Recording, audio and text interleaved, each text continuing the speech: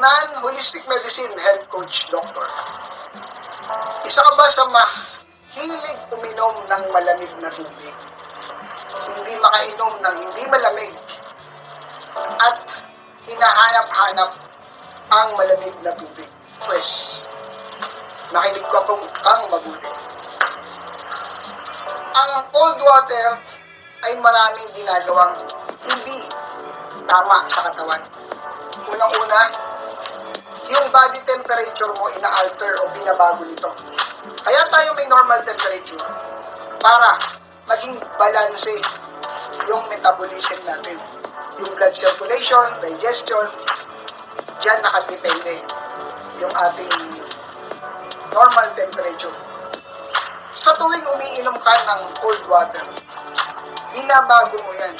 So, ibig sabihin, marami kang pinapabagal, dinedelay. At, alam mo ba, na ang isang number one cause ng hypertension is cold water. Bakit? Ito yung nagbabara sa ugat natin. Mantakin mo, lahat ng kinakain natin, especially during meal, merong mga mantika, isa, prito. Ngayon, iinuman mo ng malamig na tubig. Anong nangyayari? Nag-build up po yan sa ating mga ugat. Hindi ka naniniwala?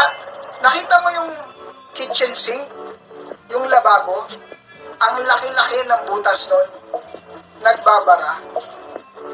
Yung ugat pakayan natin, hindi magbabara, sobrang liliit. Yan po yung isang example. Ngayon, hindi lang yan. Pati yung digestion mo. Kaya ang bagal ng process, ang tagal mong matunawan. Bakit?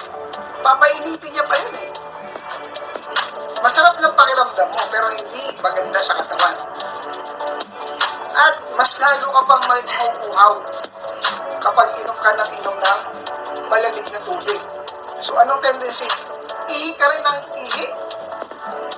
Pagka andyan ang cold water, naglalayuan yung dugo. So imbis na maganda yung blood circulation, takot yung dugo sa malamig eh. Nag-iiwasan. So ang daming pong nako-compromise natin. Ang dami nating ginagawang sakit dahil sa cold water.